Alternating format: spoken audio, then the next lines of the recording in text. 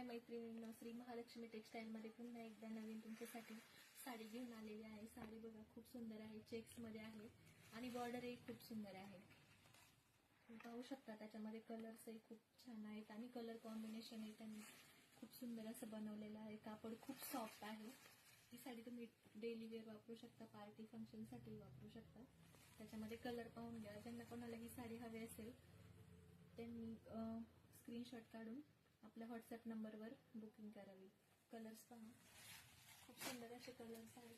प्रत्येक साडीचं कलर कॉम्बिनेशनही खूप सुंदर आहे।